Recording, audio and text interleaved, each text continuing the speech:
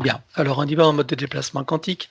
Je compte à 3 et dans la simultanéité et l'instantanéité, sans passer par les conditions de la fausse matrice, elle arrive à l'origine de cette incarnation. 1, 2, 3. Oui. Bien, alors demande-lui quels sont ses projets maintenant sur cette nouvelle ligne de temps et dans ces nouvelles conditions. Quels sont ses projets pour cette incarnation de Marie qui aujourd'hui a 10 ans selon notre espace-temps?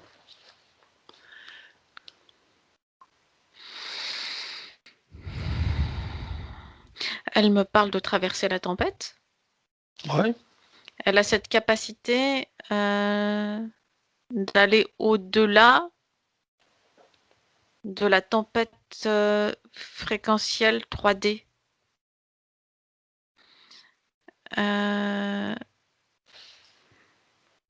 Se connecter avec ceux et celles qui sont comme elle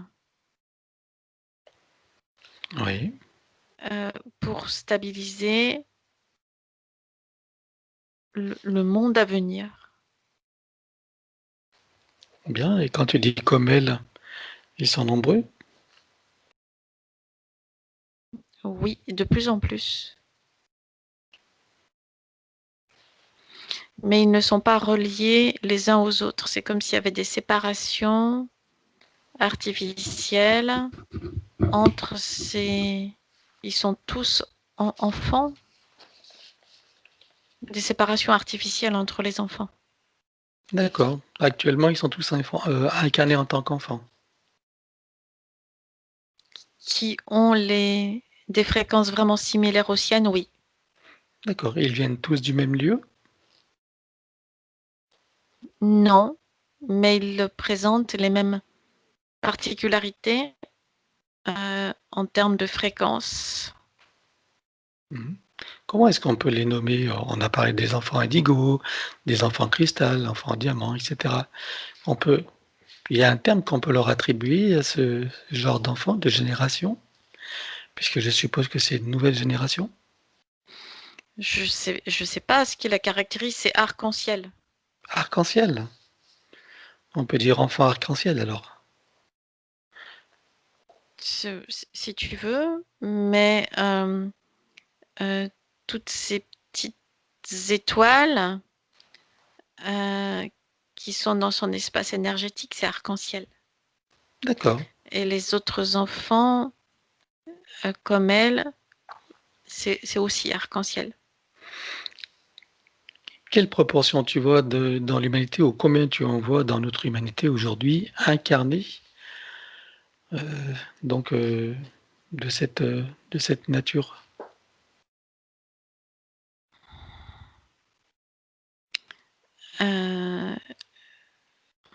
C'est pas possible à déterminer parce qu'ils sont tous mélangés. Il y a plusieurs types d'enfants. Il y a ceux vraiment qui sont comme elle, avec les mêmes caractéristiques qu'elle. Oui, Et il y en a d'autres dont la nature des... On peut appeler ça des étoiles qui sont dans et autour leur espace énergétique n'ont pas tout à fait les mêmes fréquences. tu veux dire qu'ils sont un peu mélangés, c'est des énergies qui sont moins pures, c'est ça que tu veux dire? Non, Non? enfin, ça dépend ce que tu appelles pur. Il y a des fréquences plus légères, d'autres qui le sont moins, d'autres qui ont des fréquences plus contrastées et donc plus adaptables. C'est comme s'il y avait eu une arrivée en masse de plusieurs types d'enfants de types différents. Et chaque type d'enfant cherche à se mettre en relation avec ceux et celles qui sont comme lui. D'accord. Donc c'est Et, une arrivée en masse. et ça crée tout un réseau de tous ces enfants qui chacun et chacune ont des particularités. Chacune et chacun dans ses particularités est en train de chercher à créer des contacts et ça crée comme une sorte de trame, une nouvelle trame humaine qui est en train de se mettre en place. D'accord. Donc c'est des enfants, si je comprends bien, d'origines différentes, c'est ça? Oui, D'étoiles différentes, mais qui viennent dans un même but? exact. Qu'est-ce qui crée cette, parce que d'origines différentes, qu'est-ce qui a favorisé, qu'est-ce qui favorise cette, finalement, cette incursion d'une nouvelle vague de, on va dire, de présence? C'est pas une nouvelle vague, c'est plusieurs nouvelles vagues. Ouais. C'est pour, sauf que là, ça s'accélère. C'est de plus en plus serré. C'est comme si, Mmh. c'est comme des ondes. C'est comme si les premières vagues avaient été assez éloignées les unes des autres et que maintenant ces vagues sont de plus en plus rapprochées. Mmh. Sauf que les vagues qui arrivent maintenant de plus en plus rapprochées, elles sont brisées, ou il y a tentative de les briser, c'est-à-dire que les éléments qui composent ces nouvelles vagues ont des difficultés à se reconnecter les uns aux autres pour recréer la vague. Mmh. C'est dans un cycle naturel, cosmique de changement fréquentiel au niveau de l'espace terrestre. Mais ces vagues qui arrivent de plus en plus vite, de plus en plus fort, sont brisées par les résistances qui sont en face. Mmh. D'accord. Quand tu parles de cycle naturel cosmique, c'est dû à quoi, en fait? C'est des configurations, on va dire, d'étoiles, de planètes, genre astrologique ou d'autres facteurs?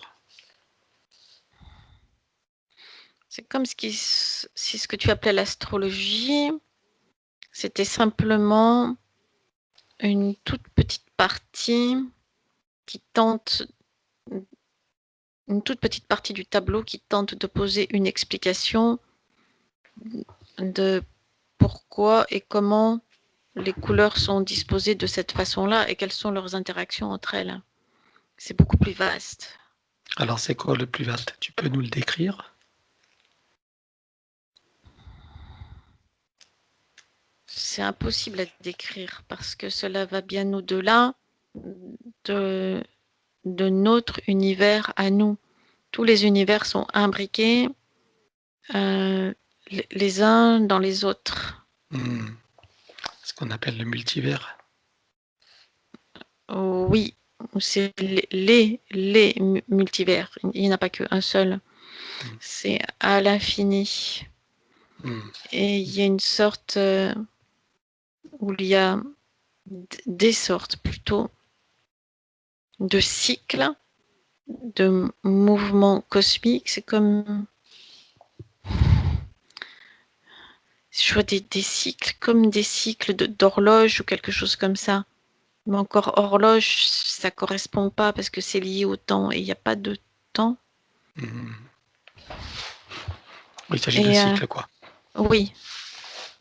Et dans ces cycles où rien ne disparaît jamais, rien ne meurt jamais, il y a reconfiguration. C'est-à-dire que quand il y a une fin de cycle qui arrive, il y a reconfiguration pour repartir sur une autre trame, avec une autre trame. Alors c'est ce qui se passe pour notre espace à nous. C'est une Oui, reconfiguration qui est en train de s'imposer, en tout cas oui, de c'est ça. s'installer. Oui. Est-ce que tu vois que les forces contraires qui empêchent cette configuration ont suffisamment de puissance pour, on va dire, l'annuler? Elles ont de la force au niveau local, mais pas au niveau euh, global de l'univers et des univers. OK. Donc localement, elles arrivent à nous bloquer. Oui, mais en prenant de la perspective, ça n'est qu'un, ça ne représente qu'un ralentissement qui sera rétabli. C'est une question de temps dans notre espace-temps, quoi. C'est ça. Bien. Alors toutes ces vagues d'enfants qui sont finalement coupés les uns des autres qui viennent de s'incarner en vue de ces changements, si je comprends bien? Apporter une nouvelle conscience, c'est ça? Oui, Un nouveau type d'énergie, d'humain? un nouveau type d'énergie, oui, Mmh. Est-ce comme que tu vois une que nouvelle. Ce sont comme de nouveaux humains. Ce ne sont pas les mêmes humains que les générations précédentes. tu veux dire que biologiquement, ils ont des configurations différentes? Oui, l'ADN est configuré différemment. Qu'est-ce qu'il a de différent, l'ADN? Il y a des spirales supplémentaires Combien tu en et vois pour elle, par des, exemple? des combinaisons supplémentaires. Il y en a 3 et un quatrième en préparation. Mmh. OK. Et est-ce que tu vois que ces vagues d'enfants, malgré tous ces systèmes de contrôle et d'empêchement, est-ce que tu vois qu'ils arrivent quand même à apporter un changement? Cela se fera inéluctablement. Euh, la notion de temps est complètement faussée Mmh.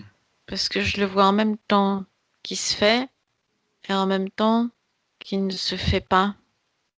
C'est très étrange. Comment ça qui ne se fait pas? Qu'est-ce que tu veux dire par là?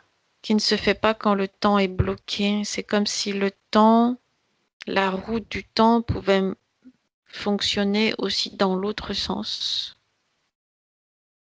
C'est-à-dire?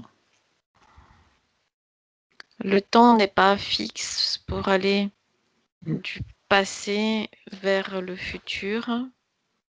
Il peut aussi aller du futur vers le passé. Mmh, ça, on a déjà vu sur un plan quantique. Mhm. OK, mais qu'est-ce qu'il faut comprendre en rapport avec ces enfants ici et maintenant dans notre espace-temps? Il y a certains enfants dont l'énergie est bloquée pour aller vers le passé. Pour aller vers le Qui est passé. bloqué. Oui, Et quand tu parles du passé, tu parles de quel passé selon notre temps à nous? ce n'est pas le passé que l'on connaît, c'est un passé dévié qui lui-même génère un futur dévié. D'accord, et nous sommes dans ce futur dévié? Chaque humain et chaque conscience humaine est sur sa ligne de temps personnelle. Mmh. L'illusion qu'il y a un temps global pour l'ensemble de l'humanité, c'est une illusion. Ça ne fonctionne pas comme ça. Il y a simplement un consensus qui fait que chaque humain se raccroche à un même présence qui donne un présent commun. Mais ce présent commun dure juste le temps d'un présent. Mais chaque passé et chaque futur sont différents pour chaque être humain. OK. Bon, alors pour faire plus simple, globalement, ici et maintenant, avec la présence de tous ces enfants, comment est-ce que tu vois le contexte, on va dire, mondial, au vu de ce qui se passe actuellement, de toutes ces mesures qui sont prises, de ces durcissements et enfin de tout ce que nous connaissons? Comment est-ce que tu vois que ces enfants arrivent à agir? Quels changements ils apportent, ils arrivent à en apporter? Quelle différence font-ils? Il y a une sorte de ralentissement et beaucoup d'enfants sont bloqués et déviés. Mmh. À 70 à 80% de ce type de conscience d'enfant est dévié actuellement. D'accord. Bon, bah, c'est pas encourageant tout ça. L'équilibre euh, va se retrouver dans la balance. C'est comme une balance. Quand elle penche trop d'un côté, dans l'équilibre cosmique global, elle penche en même temps ou ensuite, suivant la perspective de l'autre côté. Très bien. Alors moi, j'ai envie d'en profiter pour faire un point sur la situation mondiale actuellement. Puisque nous y sommes, allons-y. J'aimerais que tu regardes cette situation mondiale avec tout ce qui ces mesures imposées, toute cette contamination mondiale de ces systèmes qui nous sont imposés, avec ce corona, etc. Des mesures qui sont prises. Comment tu vois cette situation aujourd'hui, ici et maintenant? Avec un Trump d'un côté, Poutine, avec un Macron et tout ce qui est derrière. Enfin bref, au vu de ce contexte, qu'est-ce que tu vois toi? Qu'est-ce qui se profile vraiment pour notre humanité, compte tenu des intentions globales et des énergies globales qui viennent de nos intentions, de ceux qui sont pour, ceux qui sont contre? C'est comme des montagnes russes, là, c'est en phase de descente. De descente. Qu'est-ce qui est en phase de descente? Les énergies sont en phase de descente Hmm. rapide. Et comme pour les montagnes russes, quand ça arrive en bas, ça remonte à la même vitesse que c'est descendu. Alors cette descente, elle en est où là? Elle en est au fond, elle en est au milieu, avant la remontée? Elle en est aux trois quarts. Aux trois quarts? Mhm. D'accord. Ok. Alors, connecte-toi sur Trump. J'aimerais savoir quel est le rôle réel qu'il joue sur cette scène, dans lequel certains le voient comme un sauveur, d'autres voient ça d'une manière un peu plus suspicieuse. Regarde-toi énergétiquement, prends de l'information. Dis-moi, de ton point de vue, là, de là où tu en es, comment tu vois Trump dans ses intentions, dans ce qui l'anime, ses véritables objectifs, ses alliances avec Israël, par exemple, etc. Il n'y a pas de sauveur. L'espace terrestre est un vaste échiquier. C'est un jeu d'échecs. Mhm. Les pions blancs et les pions noirs sont créés artificiellement pour créer le jeu, pour générer les émotions, pour générer les polarités, pour exacerber les polarités. Mais ça n'est qu'un jeu. Euh,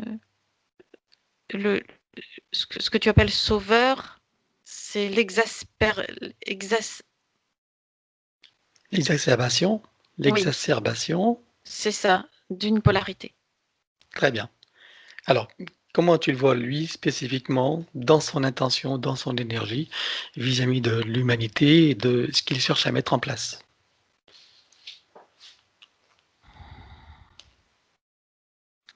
Euh, Il y a une histoire comme de guerre, de clan. Il fait partie d'un clan qui porte une bannière. Mhm. Quel type de C'est tout. bannière? Une bonne partie des humains lui ont mis la bannière de sauveur, mais c'est une bannière. Et lui, quel est son sentiment vis-à-vis de ça? Quel est son sentiment vis-à-vis de cette humanité?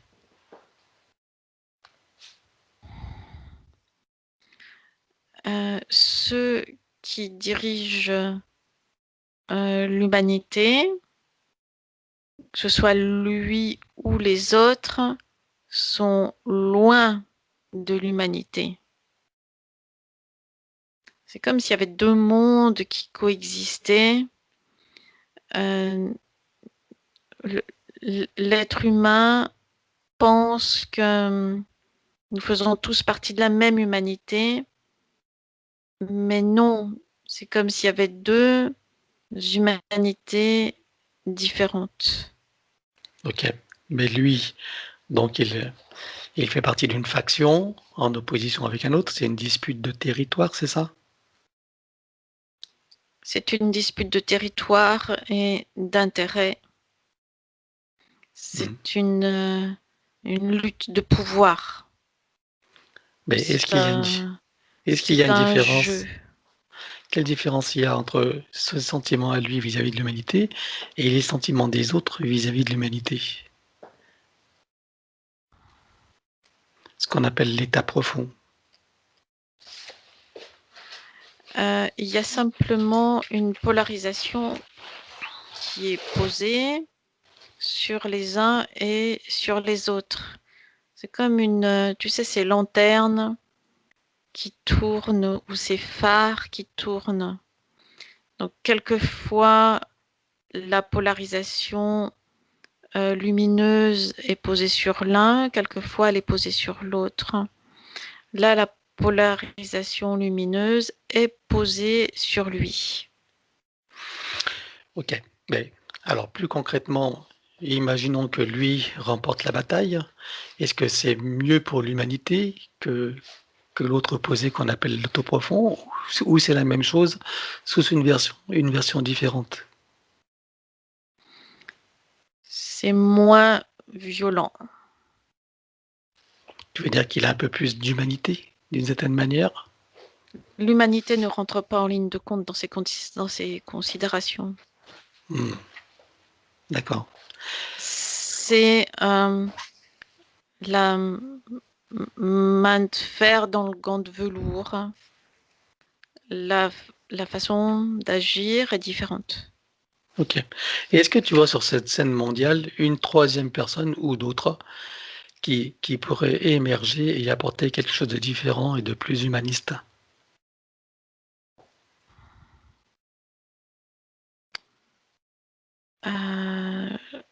La seule façon de sortir du jeu d'échiquier est d'en sortir. Le jeu d'échiquier est totalement polarisé. Il n'y a pas de troisième. Donc C'est blanc, noir et ça tourne. quand tu dis en sortir, c'est en sortir individuellement et puis collectivement quand tout le monde sera éveillé. Et c'est ça que tu veux dire?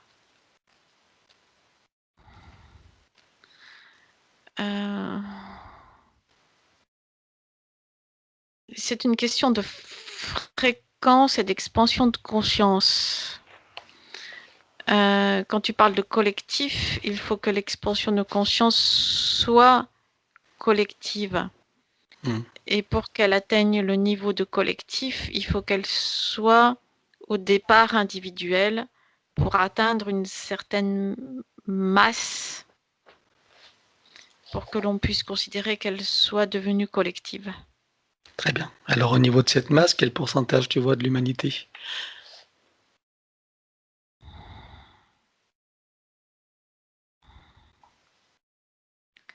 Alors c'est difficile à dire parce que l'humanité est très mouvante.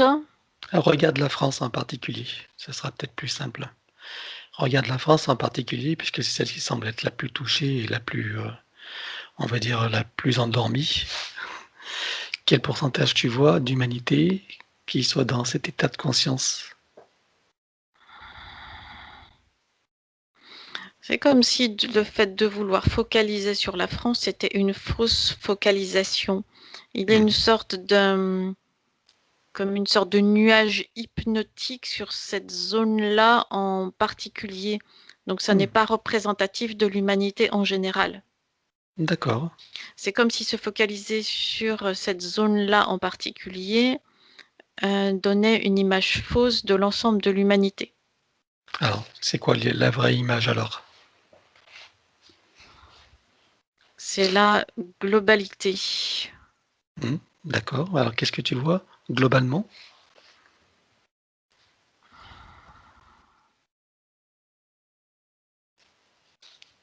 C'est à peu près... ça correspond au pourcentage des portails organiques. 70%? 70% plonge de plus en plus. Et les 30%, est-ce que tu vois qu'ils peuvent suffire à créer un changement? Les 30% ne sont pas homogènes. Dans ces 30%, 25% sont en demi-teinte. Hmm. Et leurs fréquences ne sont pas stables. Elles sont comme un frêle esquif dans la tempête. Elles penchent tantôt d'un côté, tantôt de l'autre. C'est quoi? C'est l'énergie du doute, de la peur? Qu'est-ce que c'est qui les fait tanguer? Manque de confiance en soi, mais c'est le doute. Et c'est les fausses croyances et c'est la peur. Bien. Bon, alors pour le pourcentage restant, qui est un peu plus stabilisé, est-ce que tu vois qu'il peut suffire à créer un changement? Ce pourcentage restant est comme une sorte d'arrière-garde qui reste droite, solide, et comme un phare dans la nuit, et qui montre le chemin comme le phare dans la nuit à ces nouvelles énergies incarnées dans des enfants tels que décrites précédemment. Ok. Et est-ce que ça peut rendre optimiste ça, par rapport à l'avenir de ce monde tel qu'il se profile aujourd'hui? Il n'y a pas d'optimisme ou de pessimisme à avoir. C'est une expression. Est-ce que je veux dire, C'est est-ce que simplement l'expression de cycle. C'est l'expression de cycle. Ça tourne. Les cycles s'expriment les uns après les autres. Oui, de nouveaux cycles arrivent, mais l'arrivée de ces nouveaux cycles veut aussi dire qu'il y a l'extinction d'anciens cycles, d'anciens modèles. est-ce que tu veux dire que il est possible que cette ombre recule d'une façon ou d'une autre en fonction des cycles? Elle recule de toute façon. Si tu te situes dans un temps linéaire, elle va reculer de toute façon, oui. Et combien peu de temps dure un cycle? Euh, tout est directement relié à la conscience de l'humanité. Et ça, c'est mouvant, c'est changeant à chaque seconde. D'accord. Donc on peut rien déterminer à l'avance, quoi. Non, Bien, tout est possible, c'est ça. Toutes les lignes du temps coexistent et tout est possible. oui. Est-ce que tu vois quelque chose ici et maintenant qui peut faire la balance, pencher la balance du côté, on va dire, Raccorder les enfants, c'est ce qu'on va faire maintenant. c'est-à-dire ces enfants-là qui, qui portent en eux ces nouvelles fréquences Mmh. et qui sont séparés, isolés les uns des autres. Mmh. Très bien. Alors, donc j'aimerais que tu reviennes à Marie. Oui. Nous sommes donc à l'orée de cette incarnation, ses objectifs sont définis. J'aimerais qu'avant de commencer quoi que ce soit, je veux que maintenant, elle se relie à tous ces êtres dont tu as parlé, à tous ces enfants, plus ou moins grands, on va dire certainement, qu'elle se relie à tous et qu'elle transmette énergie, information. Elle commence déjà par se relier à ceux et à celles qui ont les mêmes fréquences qu'elle. Ok, Arc-en-ciel. bien. Et peut-être que par extension, elle peut se relier également à d'autres, peut-être de fréquences différentes, mais qui contribuent également, qui ont le potentiel de contribution à ce changement. Oui, c'est en train de se faire. Mais pour que ça se fasse, il fallait déjà qu'il y ait cette première Mhm. étape. Ces noyaux. D'accord? Oui. Tu me dis quand c'est bon.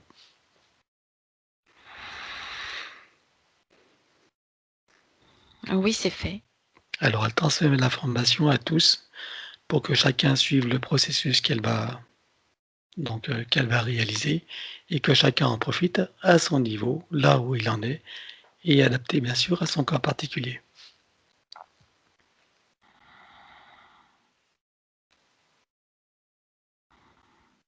Les fréquences sont de plus en plus cristallines.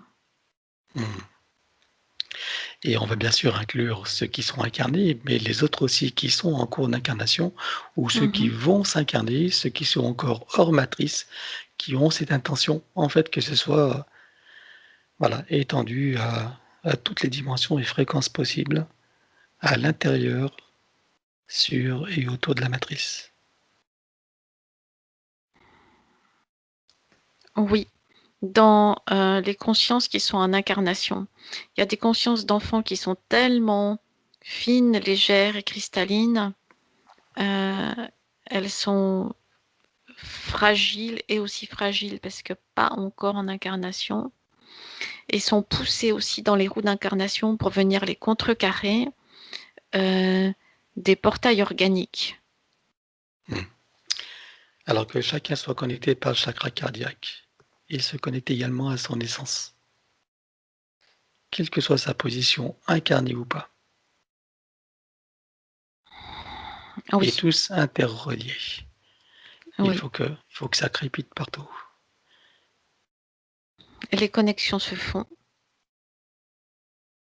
Ça vient bloquer le poids des portails organiques qui sont en attente d'incarnation ou en cours. Et je veux qu'en même temps, chacun crée des protections individuelles et collectives dans ce qui est en train de se passer. Oui, Et sur toutes les lignes de temps, oui, multidimensionnelles, oui, quantiques et fractales. oui, Bien. Est-ce qu'on peut y aller? oui, c'est bon. Alors, c'est le moment où elle va entrer dans son incarnation, dans sa physicalité. Dis-moi quel moment elle choisit pour entrer dans ce corps. Tu sais ce qu'on vient de faire, ça a créé des barrières de protection aussi pour... ça remonte jusqu'aux adolescents Hmm. et jusqu'à certains jeunes adultes. Ça crée une barrière de protection. Alors, avant de continuer, je veux que nous rompions les lois de conséquentialité, individuellement pour chacun et globalement et pour nous également. Oui, Alors, on rend les lois de conséquentialité pour tout le monde. c'est bon. Est-ce que tu as autre chose à faire qui pourrait protéger, sécuriser et optimiser ce qu'on vient de faire?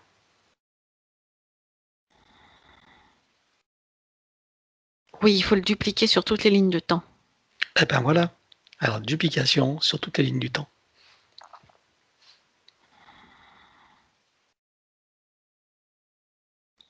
C'est fait. Est-ce que tu vois d'autres choses? La protection aussi dupliquée sur toutes les lignes de temps. Alors, protection, allons-y. Toujours pareil, d'une manière fractale, multidimensionnelle et quantique. Protection, sécurisation. C'est fait. Est-ce que tu vois d'autres choses encore? Mais là, c'est bon. Bien. Alors, on peut continuer. Quel moment choisit-elle pour entrer dans sa physicalité? Au moment de la conception. Bien. À quel pourcentage elle est connectée à ce moment-là à son essence? 98%. Bien. Qu'elle se connecte à 100%, Oui, elle se crée des racines jusqu'au cœur de Gaïa, qu'elle programme uniquement pour cette existence. c'est fait. Maintenant, elle regarde son arbre généalogique. Que décide-t-elle? Est-ce qu'elle veut le couper entièrement, partiellement, réaménager, réinformer, transmuter ou autre? Elle le coupe à 90% et les 10% restants, elle réinforme. Bien. Tu me dis quand c'est fait. C'est fait. Juste une chose que j'aimerais te demander. Tout à l'heure, nous parlions de ces vagues d'enfants, etc. Et j'aimerais savoir un peu plus sur comment tous ces enfants sont accueillis maintenant donc par cette fausse matrice. Quels sont les systèmes en place qui vont dire qui essaient d'interférer? Est-ce que tu peux me faire un descriptif à peu près de ce qui se passe actuellement? Ils ne sont pas accueillis. Il y a même tentative de les repousser et de les écraser. Tentative de les repousser par, sur le plan physique par l'avortement, de les écraser, de les annihiler par les vaccins prématurés, qui les coupent littéralement de leur fréquence. Ça vient casser leur fréquence.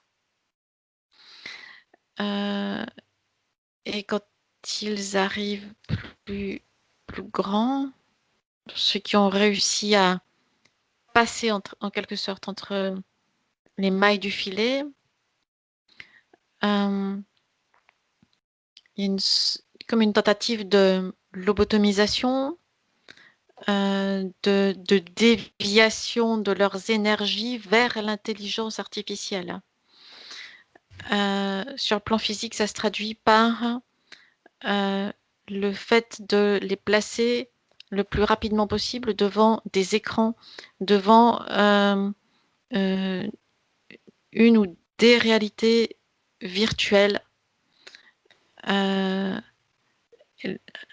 Et ainsi, ces enfants-là, trompés, envoient leurs énergies ou stabilisent leurs énergies vers des réalités virtuelles et non pas dans notre réalité ou dans leur réalité qu'ils sont venus incarner.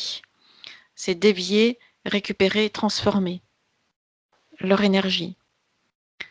Il y a affaiblissement aussi, tentative d'affaiblissement de l'énergie de ces enfants-là par le fait de les isoler physiquement, de limiter les contacts, de les éloigner physiquement les uns des autres, de les éloigner physiquement des adultes, de limiter le toucher, le contact par le toucher. Le contact par le toucher entre êtres vivants, entre les humains, mais entre les êtres vivants en général, permet d'établir comme une sorte de réseau électrique de communication qui va au-delà des paroles, au-delà de la conscience.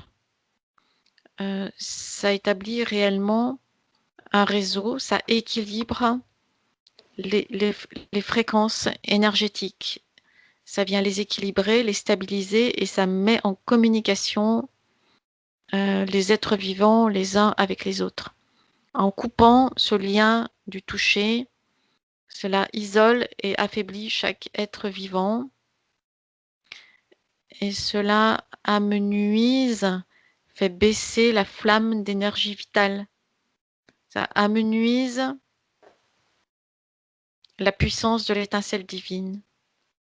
Il y a aussi, ça c'est directement lié au contexte, cet affaiblissement de la flamme divine qui est lié à la limitation à l'accès à l'oxygène par le port du masque. L'oxygène, c'est ce qui rend la flamme vivante, claire, lumineuse et puissante. En limitant cet accès à l'oxygène, les défenses immunitaires baissent, la flamme divine baisse de puissance, il y a une sorte de confusion, les idées se brouillent, c'est comme un lent endormissement des consciences. Est-ce que tu peux me dire quelles sont les raisons cachées du confinement, de ces confinements imposés?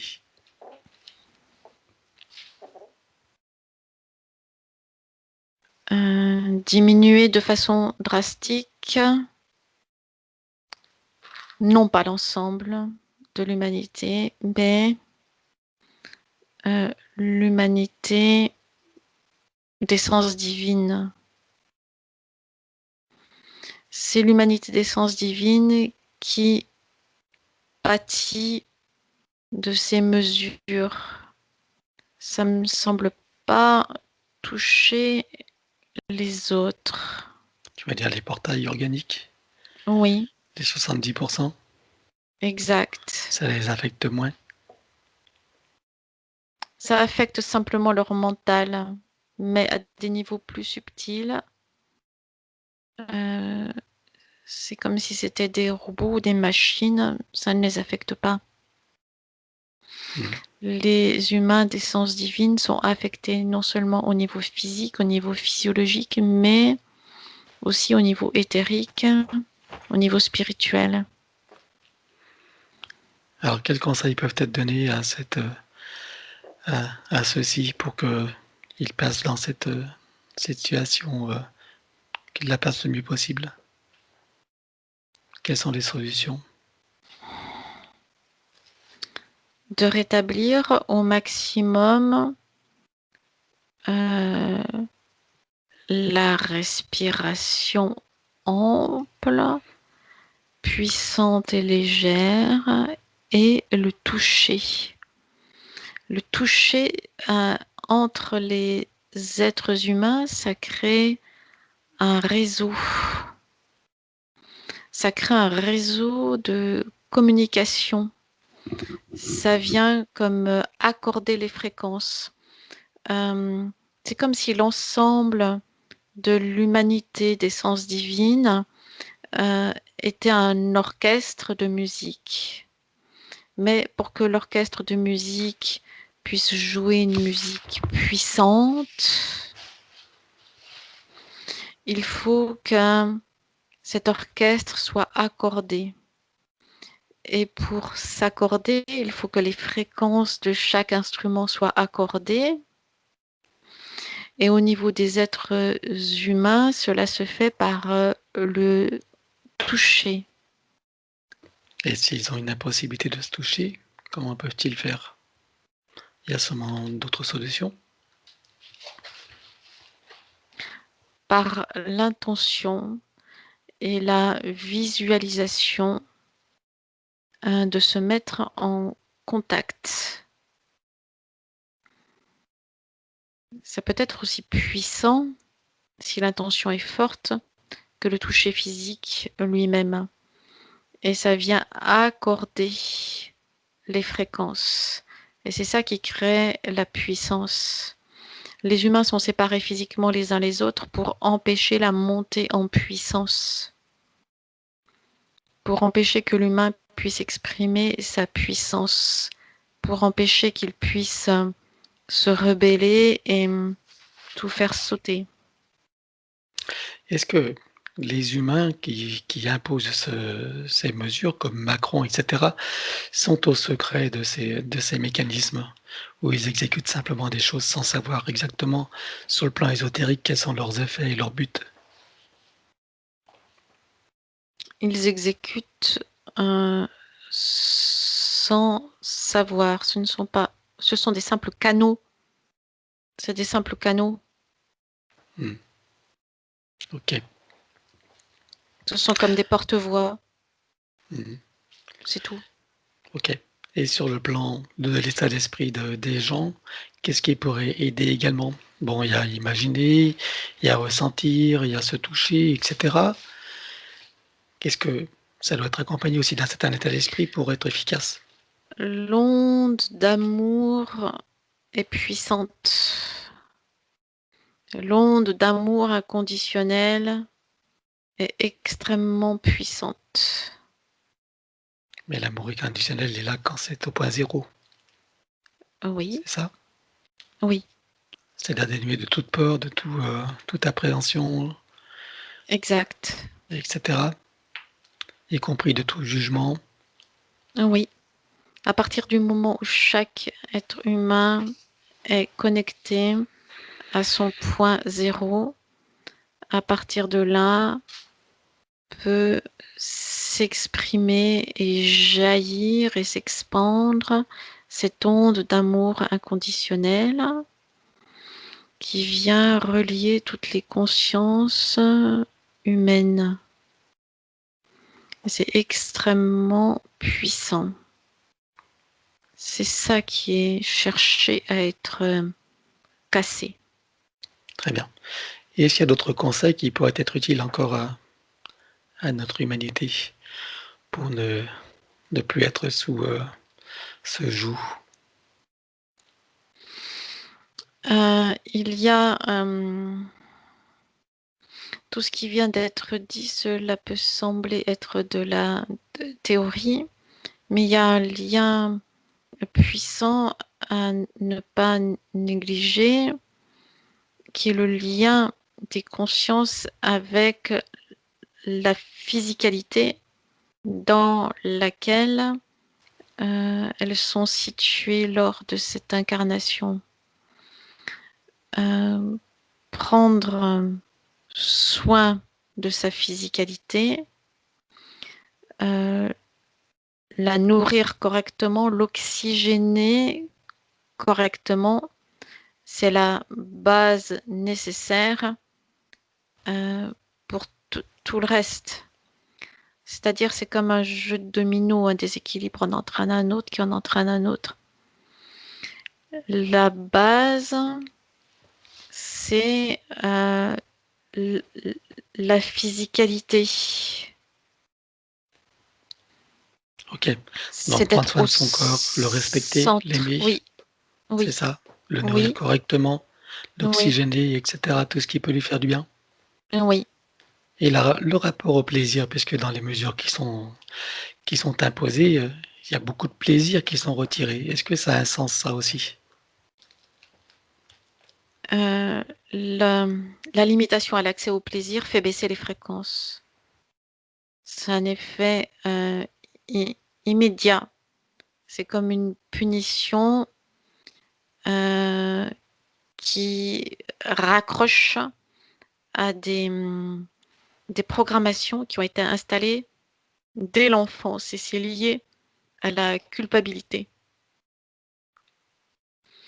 Tout est raccroché au manque de plaisir et à la culpabilité qui sont des programmes. Mmh. Très bien. As-tu autre chose à rajouter ou est-ce qu'on peut clôturer là? L'accès à l'oxygène, c'est ce qui maintient sur le plan physique la flamme divine haute, claire et puissante. Alors comment peuvent faire les gens lorsqu'ils sortent dehors avec les masques? Y a-t-il un moyen de compenser ça? Puisque les Oui, masques sont imposés. oui, le compenser dès que ça n'est plus nécessaire par la respiration et l'intention. Par la respiration, l'oxygénation de tout le corps, dites la respiration complète, qui part du ventre et qui ondule dans tout le corps. Bien centré, aligné et connecté au point zéro. On peut imaginer aussi qu'on respire avec chacun des pores de la peau. Oui,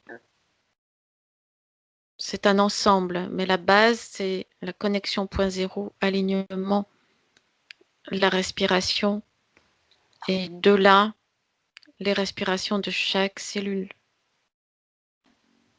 la respiration de tout l'espace énergétique, et non seulement du corps physique, mais aussi de tous les corps subtils, incarnés dans cette troisième dimension. Et ça permet d'aller au-delà.